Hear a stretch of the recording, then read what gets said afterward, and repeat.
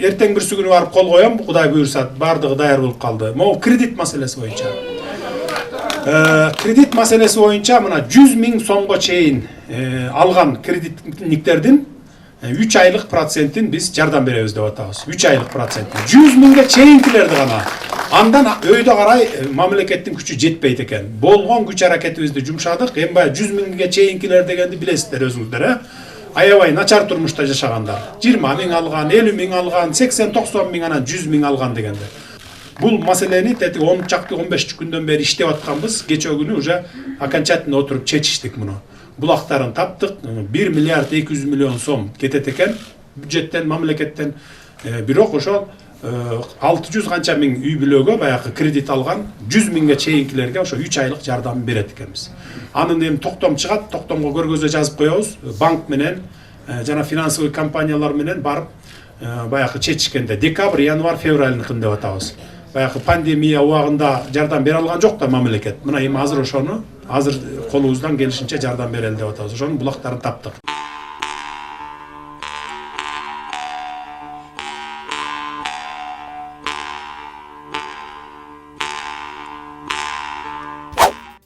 Президенттин милдетин аткаруучу премьер-министр Садыр Жапаров Бакталык кыштакчанын жана жогорку нарын ГЭС каскады жабык акционердик коомунун мүлкүнүн абалы менен таанышты. Учурда аны өкмөттүн буйругу менен электр станциялары коргоо алган. Электр станциялары ачык акционердик компаниянын төрагасы президенттин милдетин аткаруучуга жогорку нарын ГЭС каскадынын учурдагы абалы жана анын тегерегиндеги соттук териштирүүлөр тууралуу маалымат берди.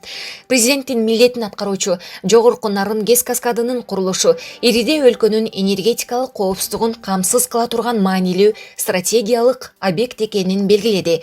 Садыр Жапаров энергетикалык объект байланыштуу сот ишинин жүрүшү тууралуу маалыматты өз убагында билдирип турууну тапшырып, бул маселе анын жеке көзөмөлүндө экенин кошумчалады.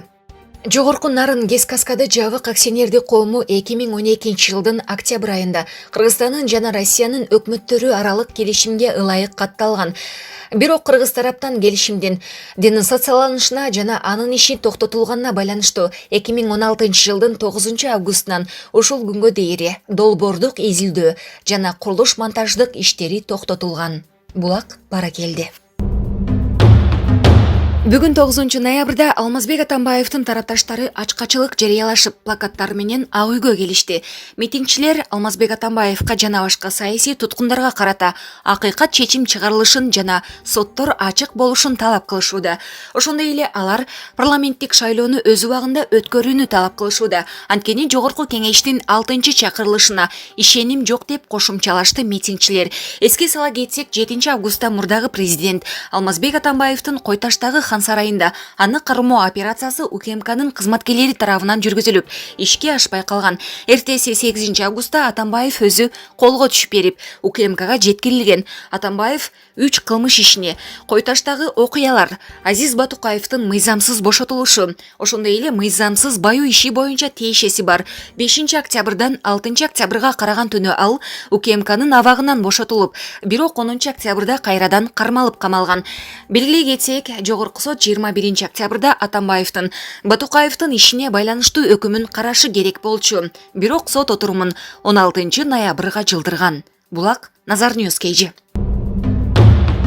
Активист Адил Кыргыз тазалык муниципалдык ишканасына жетекчисинин орун басары болду. Бул тууралуу кала башчысы Балбак Төлөбаев билдирди. Шаар башчысынын айтымында активист өзү кызматка сунуштаган. Адил Кыргыз чоң рахмат. Менин сунушумду кабыл алды.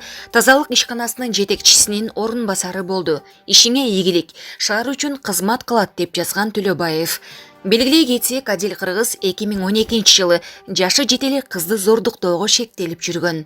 Булак репортер KG.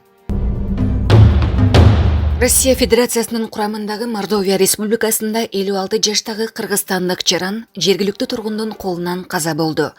Окуя 6 ноябрга караган түнү эт комбинатында болгон.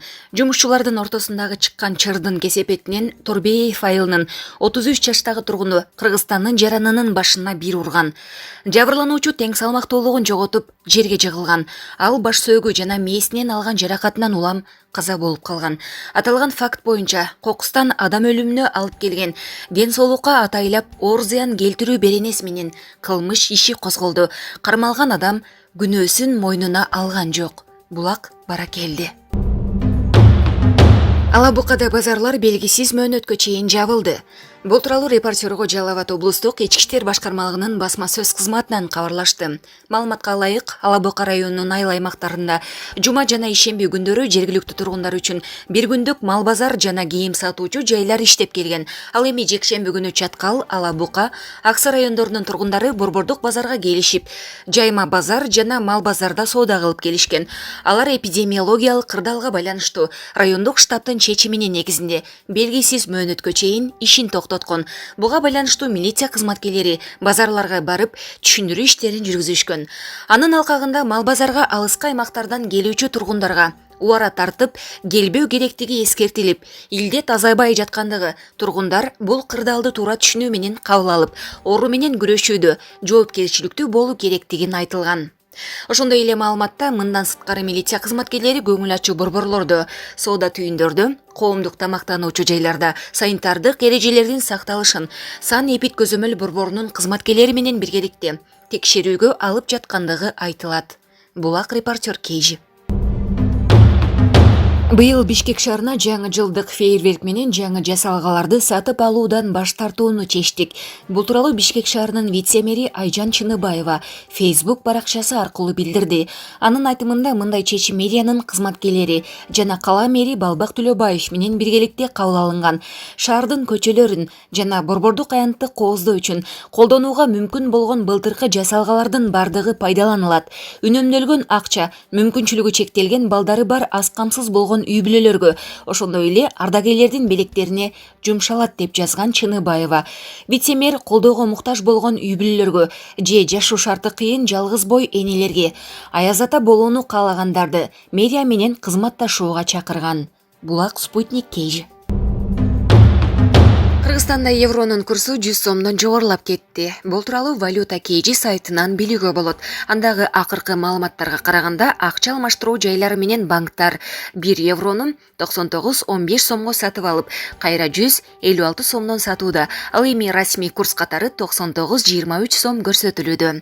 Валюта Кейжи сайтындагы статистикага караганда акыркы ирет евро-октябрь айында көтөрүлгөн. Ал эми ага чейин эң чоң көрсөткүч апрель айында катталган. Анда евро 94 сомдон сатылган эле. Булак Спутник Кейжи. Өкмөт банктардан насыя алган жарандарга колдоо көрсөтүү механизмин иштеп чыкты. Бул тууралуу 9 ноябрда Нарында эл менен жолугушууда президенттин милдетин аткаруучу өкмөт башчы Садыр Жапаров билдирди. Анын айтымында каржылык булак аныкталды.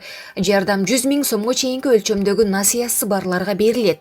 Жана бул үчүн бюджеттен 1 миллиард 200 миллион сом жумшалат.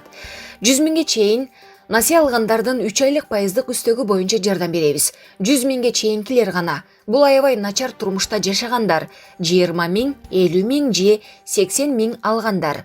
Андан өйдө мамлекеттин күчү жетпейт экен. 10-15 күнөн бери ушул маселенин үстүндө иштеп жатканбыз. Акыры кече чечиштик. Жапаров кошумчалагандай жардам 600 000дей үй бүлөгө берилет. Алар 3 айдын декабрь, январь жана февралдын үстөк пайызын же негизги сумманын кайсыл бир бөлүгүн төлөөдө жеңилдик алышат. Кыргызстанда банктардан насыя алып, бирок кайтарып бере албай калган жарандардын маселеси олуттуу социалдык көйгөйлөрдүн бирине айланган. Булак Азаттык. Ош шаарында таанышын катуу сабоого шектелген 21 жаштагы жигит кармалды. Бул тууралуу бүгүн 9 ноябрда өзгөчө кырдаалдар министрлигинен кабарлашты. Маалыматка караганда шектүү 6 ноябрь күнү өзүнүн таанышы Ош шаарынын 25 жаштагы тургуну менен ичимдик ичип отурушуп, эски таарыныштарын айтышып, чырдаша кеткен.